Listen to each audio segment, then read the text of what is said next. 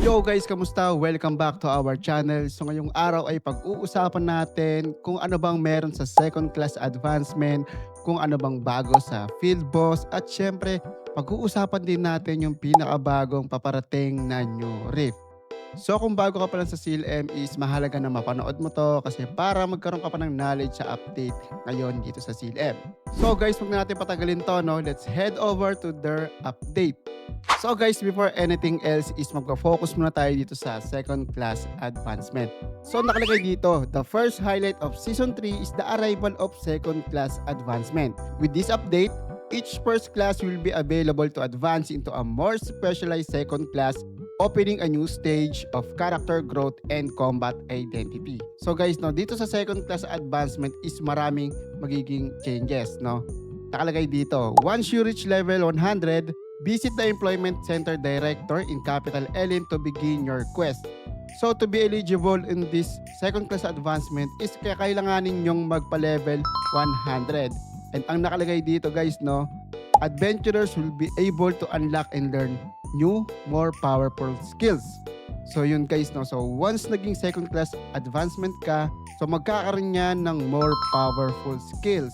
So napakagandang update nito kasi akala mo is na-reach mo na yung pinakamataas na level pero hindi pa pala dahil meron pa ditong second class advancement which is mas malakas na character yung naghihintay sa inyo.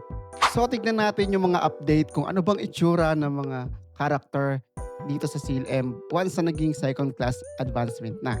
Okay, so simulan natin dito sa warrior, no? So yung warrior nyo is magiging siyang sword saint. So ayun na yung second class advancement na tinatawag. Hindi na siya warrior. So once na na-achieve niyo yung second class advancement, so about naman kay knight, yan magiging ka ng paladin, no? And about naman kay mage is magiging ka ng Cryomancer. So dito naman kay cleric is magiging kang inquisitor, and then dito naman kay gourmet magiging si chef.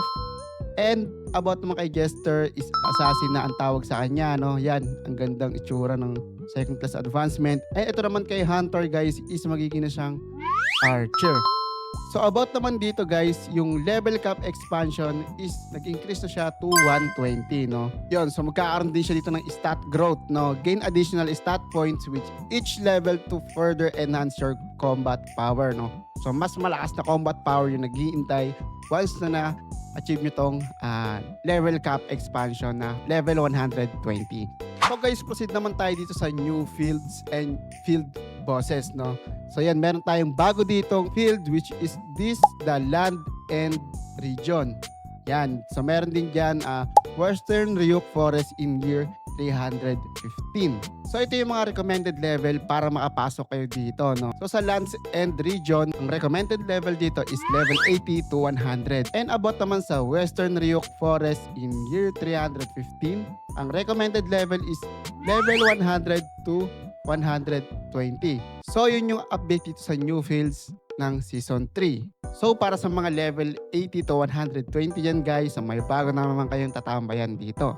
And guys, about naman sa field boss is meron bagong dumating na field boss dito which is ito, si Darken Gariel. So napakaganda ng itsura niya, no? So sobrang powerful din kasi titingnan mo pa lang yung appearance and meron pa siyang mga pakpak, may mga wings pa siya dito. And meron din silang nilabas na bago which is the Ancient Core, no? So para malaman natin kung para saan ba si Ancient Core, nakalagay din yan dito, no? The Ancient Core is a rare and potent item that can be obtained through level up achievement.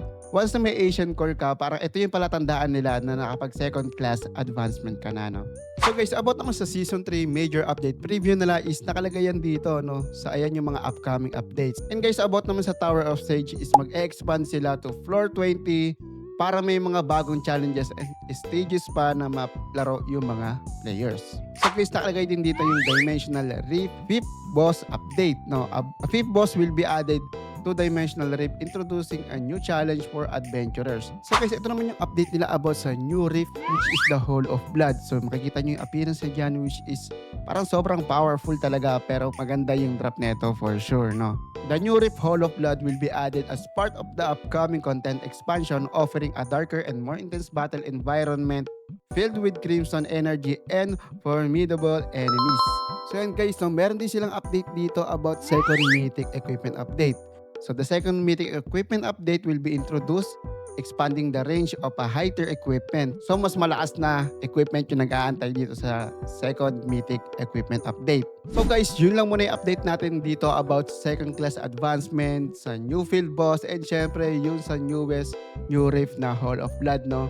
So marami pa tayong paparating na content and syempre huwag tayo titigil mag-grind kasi marami pang niluluto ng mga updates itong CCL on Cross, no?